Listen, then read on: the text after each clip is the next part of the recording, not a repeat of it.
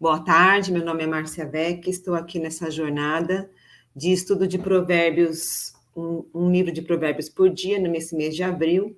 Estou testando as minhas habilidades, treinando, tá certo? E me desenvolvendo. Então, eu me desafiei a todos os dias meditar sobre o livro de provérbios, falando aqui no Instagram e também gravando no meu canal do YouTube, que eu acabei de fazer também. Então, vamos lá. Sejam todos bem-vindos, você que está ao vivo, ou você que vai assistir depois a gravação. Vamos buscar aqui a sabedoria, né? O livro dos sábios.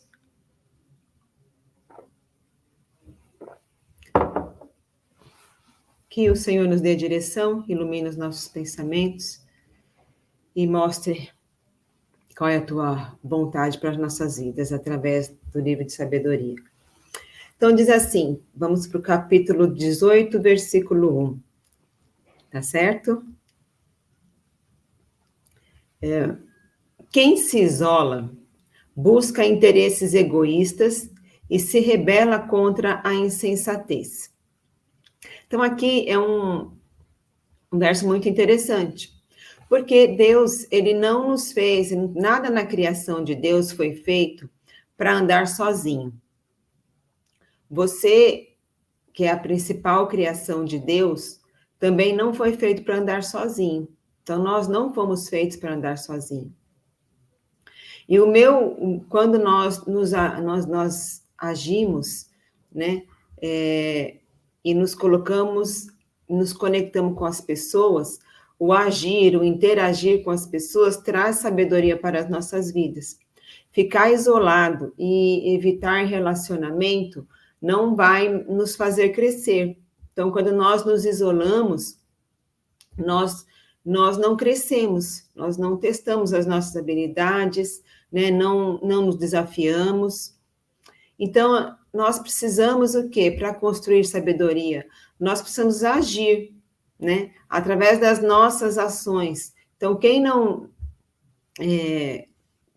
usa, né, as sementes que Deus colocou nas nossas mãos, que é aproveitar todas aquelas oportunidades que nós temos para crescer e a convivência com as outras pessoas, isso são oportunidades para a gente testar os nossos desafios, as nossas dificuldades, as nossas barreiras, nossos limites, e isto é uma forma de nós crescermos. Por isso que nós precisamos nos expor, né? É uma exposição?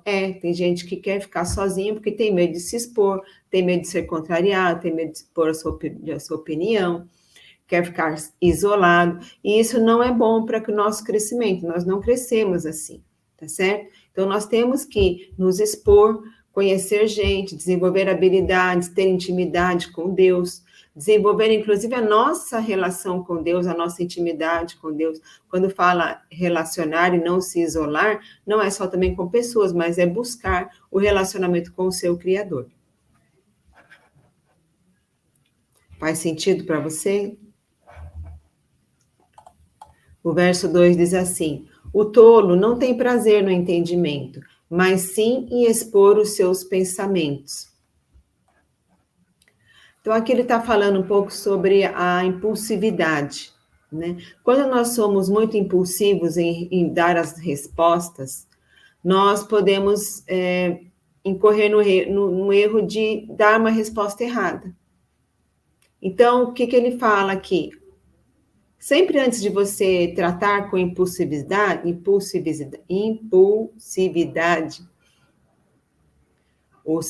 as respostas, faça perguntas antes de você responder. Faça perguntas. Por que será que a pessoa está falando isso? Quais são as intenções dela? Quais são os motivos? Será que ela não entendeu? Então, você faça a pergunta mentalmente, né? Não precisa externar essas perguntas. Ou até mesmo para a pessoa, se você não entendeu, né, aquilo que ela está colocando, em vez de você se precipitar em já responder, você faça perguntas. Porque o verso 3 também está relacionado a isso também. Com a impiedade vem o desprezo e com a desonra vem a vergonha. As palavras do homem são águas profundas, mas a fonte da sabedoria é um ribeiro que transborda. Então, aqui, o Salomão, quando escreveu, ele comparou as nossas palavras, né, as palavras de um sábio, de uma pessoa sábia, com as águas profundas. Então, ou seja, as águas, imagina um rio profundo, né? Um rio que ele tem profundidade, o rio, quando ele tem profundidade, ele traz nele vida, e todo em volta do seu leito, a cidade, né, o leito se enriquece, as árvores crescem, as plantas, os animais vão lá beber da sua água.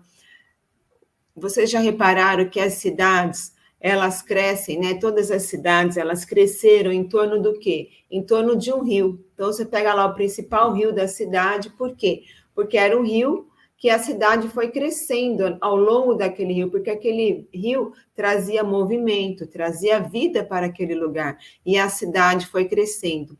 Então, assim é comparado às nossas palavras. Então, a palavra de um sábio, ela é comparada a rios de águas profundas. Então, as palavras que estão saindo das nossas bocas, elas são palavras que edificam, são palavras que destroem relacionamentos, trazem vida ou trazem morte. Tá certo? Então, essa é uma reflexão. Então, nós precisamos ser rios de água viva, deixar fluir a vida através de nós, através da forma como os nossos olhos veem o mundo, tá certo? Porque ele falou, os olhos são a janela da alma, a forma como nós nos expressamos através das nossas palavras. Então, aqui fica um alerta para nós refletirmos acerca das nossas atitudes. A conversa do tolo é a sua desgraça. Os seus lábios são uma armadilha para a sua alma. As palavras do caluniador são como petiscos deliciosos, descem até o íntimo do homem. Aqui ele está... Nós podemos aqui refletir... eu pulei uma aqui, diz assim, não é bom favorecer os ímpios para privar da justiça o justo. Então, aqui, quem provoca discussões sempre pode ser agredido. Então, ele fala que as palavras do caluniador são como petiscos deliciosos, descem até o íntimo do homem. Então, a conversa do tolo é a sua desgraça, os seus lábios são uma armadilha para a sua alma. Então, aqui, quando você age com tolice, né, você traz desgraça para a sua vida, porque você vai acabar sendo agredido, você vai acabar recebendo, provavelmente, na mesma moeda, né, e consequência das suas atitudes. E aqui o caluniador, ele está comparando com a fofoca. Então, assim, a fofoca, ela atrai as pessoas, né? O ser humano, ele gosta, né, naturalmente de fofoca, de cuidar da vida dos outros, mas aqui Salomão está nos alertando para ficarmos bem longe dos fofoqueiros. Então, isso aqui é um conselho a ser seguido, se você quer ser uma pessoa sábia, então fique longe do fofoqueiro. Então, continuando aqui no verso 9. Quem relaxa em seu trabalho é irmão do que o destrói. Aqui ele está chamando a atenção sobre a pessoa que é negligente no trabalho. Então, quem faz o seu trabalho de forma relaxada, displicente, é semelhante à pessoa que esbanja os recursos que são colocados na sua mão. Pessoas que não zelam pelo material do seu trabalho, né, da sua empresa, e ambos causam prejuízo para o seu empregador, tanto aquele que trabalha de forma relaxada, né, displicente, como aquele esbanjador.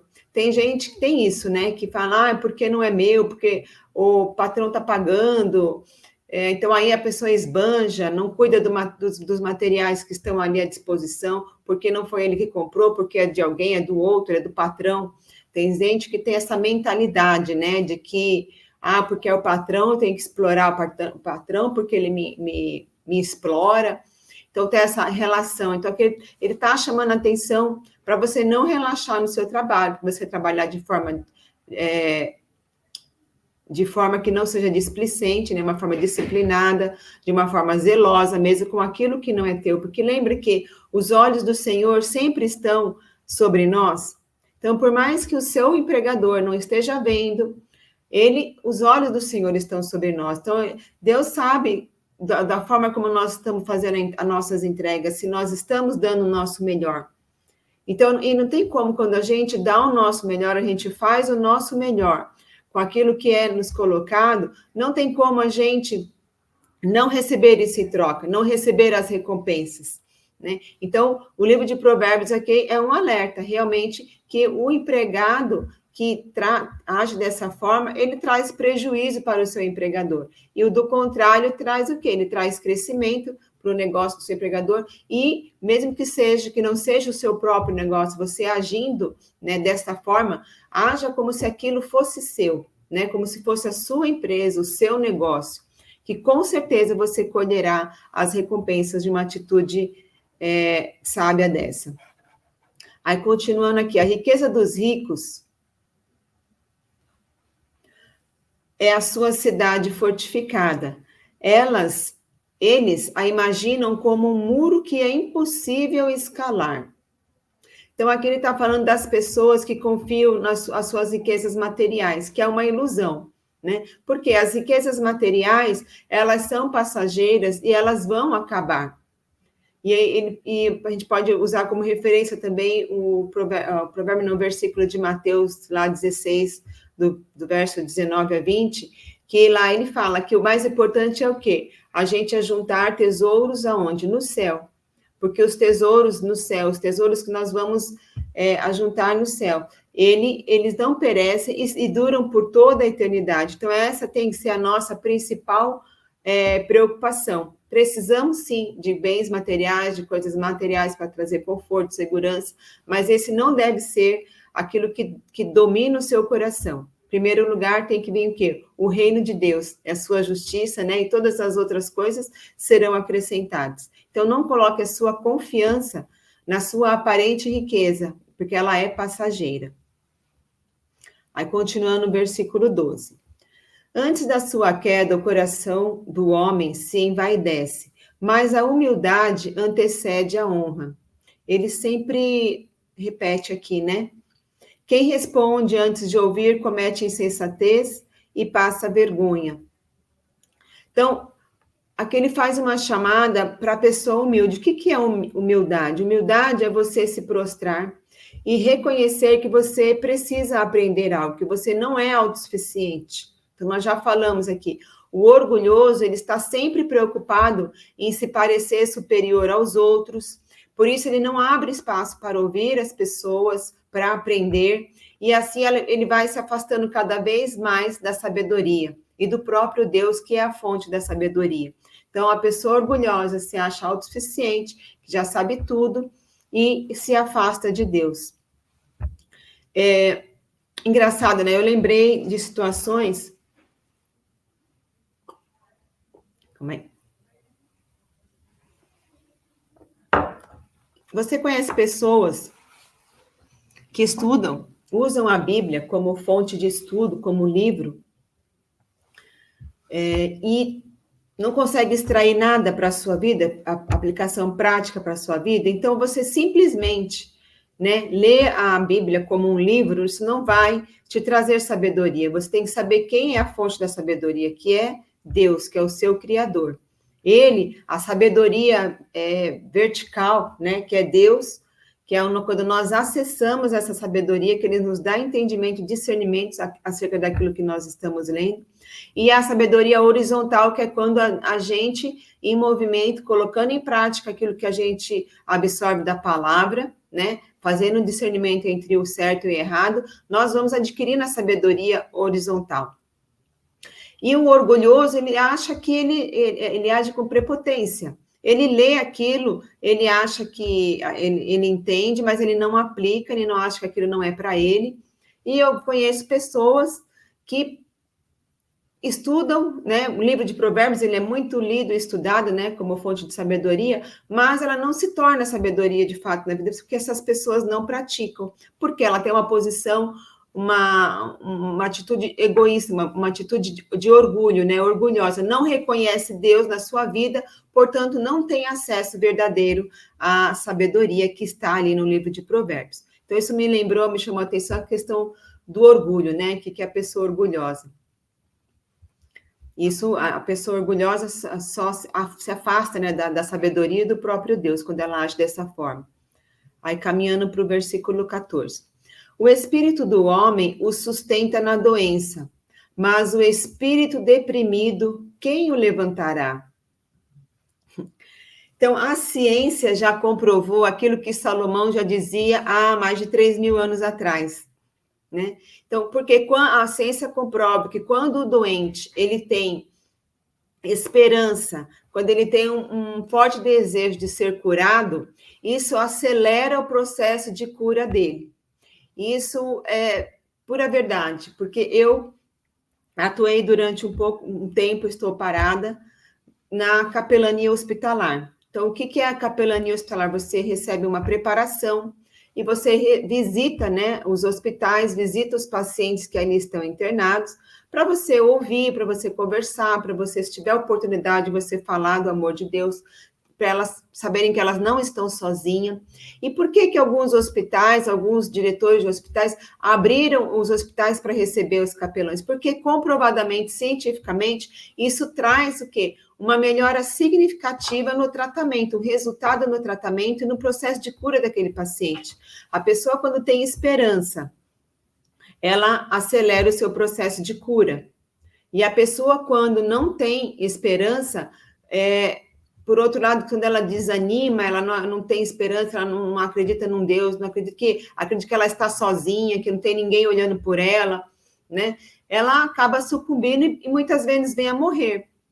Então, o bom ânimo e a vontade de viver auxiliam no processo de cura. E isso vale só para quem está doente fisicamente, quem está com uma doença manifestada, que está no hospital? Não. Isso vale para a gente também, da forma como a gente age, com ânimo ou desânimo. Então, se você tem uma motivação, você tem um ânimo, vontade de viver, né? E isso vale para depressão, né? Pessoas que têm doenças tanto emocionais quanto físicas, isso vale da mesma forma. Então, quando a gente se aproxima e leva palavras de esperança, principalmente a palavra que produz vida, isso acelera e colabora também para o processo de cura e restauração do doente, físico ou emocional. Aí, caminhando aqui, o presente, versículo 16, tá? O presente abre o caminho para aquele que o entrega e o conduz à presença dos grandes. O que está ensinando aqui? Uma coisa que já é bem antiga. Quando nós presenteamos alguém, isso é sinal de cortesia. E quando a gente vai visitar alguém, né, normalmente, né, algumas pessoas têm o hábito, eu acho muito bacana isso, de você levar um presente para a pessoa que você está visitando, ou quando você vai na casa de alguém, tem gente que tem esse hábito, né, de nunca ir de mãos vazias para a casa de alguém, né? Minha sogra é assim, ela já tem 92 anos, mas sempre ela vai para casa de alguém, ela vem para casa, mas não vou levar, nem que fosse um salgadinho, né, um biscoitinho, ela pegava, procurava no armário dela e levava para casa para dar para o meu filho. Então, tem pessoas que acham assim, o que é isso? É sinal de gratidão, né? Então, isso é um bom hábito, isso é uma pessoa sábia. E também, hoje, vamos falar do network. Quando você quer estabelecer, quando você quer ter acesso a alguém, descubra algo que aquela pessoa gosta, algo que aquela pessoa precisa, né? E dê de presente para a pessoa. Você vai ver que isso vai te abrir portas, isso vai te aproximar daquela pessoa. Não é agir de forma interesseira, tá certo? Mas você verdadeiramente se interessar e saber do que aquela pessoa gosta, do que ela está precisando. E quando você age dessa forma, quando você dá algo para essa pessoa com a qual você quer se conectar, você vai perceber que isso vai abrir portas, ela vai se lembrar de você, ela vai ter uma maior disposição para conversar para você, para abrir um espaço na agenda, vai lembrar de você na hora que for oportuno, tá certo? Então, aqui está um ensino de Salomão, que já desde, né, há 3.000 anos funciona e continua funcionando nos dias de hoje. Porque você ter acesso às pessoas, isso é muito importante, né? Porque uma coisa que eu ouço bastante, que é assim, os resultados que você ainda não alcançou está nas pessoas com as quais você ainda não se conectou. Então, se conectar com pessoas, às vezes você não tem algo, mas aquela outra pessoa tem algo que você precisa. Então, vai, se conecta, junte com ela, para você ter os resultados, para você ter os acessos que você precisa e chegar aonde você quer. Vamos caminhando aqui para o fim. Versículo 17. Está fazendo sentido para vocês isso? Está fazendo sentido? Para mim, está fazendo super sentido. Então, 17 diz assim: o primeiro a apresentar a sua causa parece ter razão, até que outro venha à frente e o questione.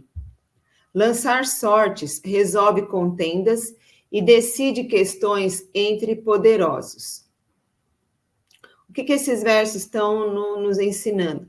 Que os julgamentos, né, naquela época, né, de Salomão, quando havia o julgamento e a réplica, a tréplica, ficava cada um se defendendo, e não chegava, para chegar a um consenso, para saber quem é que ia, né, levar a melhor, né, a favor de quem que seria decidida aquela causa, eles lançavam dados sagrados, que era buscar a indicação de Deus, a direção de Deus para decidir. Está fazendo sentido, Dri? Que bom. Então, eles buscavam na sorte, né? A sorte era a direção de Deus para decidir a favor de quem. Nos dias de hoje, as coisas não são resolvidas assim. Elas são resolvidas através de votação de jurados, tá certo? E aqui ele está falando que é aconselhável que os jurados, as pessoas que vão votar a favor, né, de uma causa ou de outra, que é sábio você buscar sabedoria também em Deus para não cometer injustiça. Eu nunca passei por uma situação dessa de júri, né? Júri popular, né? É bastante comum, mas deve ser muito difícil você tomar partido, né? Você ter que votar por um ou por outro. Então, nada como também buscar sabedoria do alto, né? Para tomar decisão e não cometer injustiça com ninguém. 19 diz assim: um irmão ofendido é mais inacessível do que uma cidade fortificada, e as discussões são como as portas trancadas de uma cidadela. Aqui ele está falando sobre nós protegermos as nossas amizades, nós agimos com sinceridade, com zelo, nós devemos guardar, proteger essas amizades, porque ele fala que é como as portas trancadas de uma cidadela. Então, as cidades antes elas eram trancadas com aquelas portas, com aquelas trancas enormes. Por quê? Para ficar bem guardada. Então, assim também tem que ser a forma como nós agimos com as nossas amizades. Devemos proteger as nossas amizades com todas as nossas forças, para que elas não se desgastem. O 20 diz: do fruto da boca enche-se o estômago do homem. O produto dos lábios o satisfaz. A língua tem poder sobre a vida e sobre a morte. Os que gostam de usá-la comerão do seu fruto. Comerão do seu fruto. É 20 até o 21. Então, o que aqui ele nos ensina? Que tem pessoas que dizem o que pensam, né? E tudo bem, isso é um sinal de sinceridade, a pessoa é sincera, fala o que pensa. Mas, mesmo assim, quando nós somos sinceros, nós podemos causar danos às pessoas, né? Danos nas nossas relações. Então, aqui a sabedoria nos aconselha a medirmos as palavras, né? As palavras que nós usamos para que ela seja palavras de bênção, não de maldição, não de destruição, de vida e não de morte. É uma virtude ser sincero? Sim. Mas a gente também tem que ter cuidado com a nossa sinceridade. Como nós falamos lá no início, né? Ele falou aqui para você. Cadê aqui? para você pensar, né, antes de você falar. Cadê, como é que foi o termo que ele usou aqui, que deixa eu lembrar. Impulsividade, você não ser impulsivo, né, nas suas respostas, fazer perguntas antes, né, porque às vezes você ser impulsivo, você acaba dando respostas ríspidas, erradas, você pode cair em erro. Então, assim, o Provérbios eu percebo que ele está sempre falando, né, em quase todos os livros ele fala sobre o poder da palavra, como nós, o que nós falamos e quando nós falamos, o momento que nós falamos, né, a forma como nós falamos, isso pode trazer vida ou morte. E caminhando aqui para o fim, o 22, ele diz assim, quem encontra uma esposa, encontra algo excelente, recebeu uma bênção do Senhor. Então, ter um cônjuge para compartilhar a vida, isso produz felicidade, e isso é sinal de bênção de Deus. Então, como lá já falou, né, que não é bom que o homem viva só, né, que o homem não fique isolado, não viva isolado, como falou lá no começo do capítulo, aqui também vem reforçar. Você pode ter as suas companhias, seus amigos, né, parentes, mas aqui ele está falando especificamente sobre ter um cônjuge, alguém com quem você compartilhar a sua vida, para você ser mais feliz, para você prosperar mais, para você crescer. Isso é sinal de bênção de Deus. Tá certo? E aí, quem encontra, não. O pobre implora misericórdia, mas o risco responde com aspereza. Aqui está falando da atitude humilde, de quem normalmente, né, é mais desprovido de bens, e da aspereza, do orgulho do rico, que age, né, de forma austera quando só por conta da sua riqueza. Isso também não é sábio. E o último versículo diz assim, quem tem muitos amigos pode chegar à ruína, mas existe amigo mais apegado que um irmão. Então, este provérbio, ele afirma quanto é importante ter um verdadeiro amigo, em que em muitas situações ele é mais importante do que um irmão de sangue. Então, mais uma vez, tenha amigos, tenha amizades, não muitas, ninguém tem tantos amigos verdadeiros, aqueles com quem você realmente pode se abrir, né, abrir o seu coração, rasgar o seu coração, falar, né, toda a verdade, sem reservas. Então, aqui está falando como é importante termos verdadeiros amigos. Eu espero que você tenha amigos, eu também tenho amigos, né? Alguns amigos com os quais eu realmente confio muito, e eu espero ter sabedoria para conservar essas amizades. Tá certo? Então, aqui nós chegamos ao final de mais um capítulo. Releia esse capítulo 18, grife os versos que falaram mais com você, que fazem mais sentido para você, procure colocar em prática na sua vida para que realmente isso se transforme em sabedoria para a sua vida. Tá ok? Então, muito obrigada pela sua atenção, pelo seu tempo precioso, espero que isso tenha contribuído para a sua jornada, a sua busca por sabedoria, assim como contribuiu para a minha. E amanhã estarei aqui novamente com Almoçando com a Sabedoria, para a gente ver o que o capítulo 19 nos reserva, tá ok? Obrigada aí quem entrou na live, Adriana, Celda, o Renan, Eric, não sei quantos continuaram, mas Deus abençoe as suas vidas e meu desejo é que vocês cresçam em sabedoria e em graça. Um abraço, muito obrigada.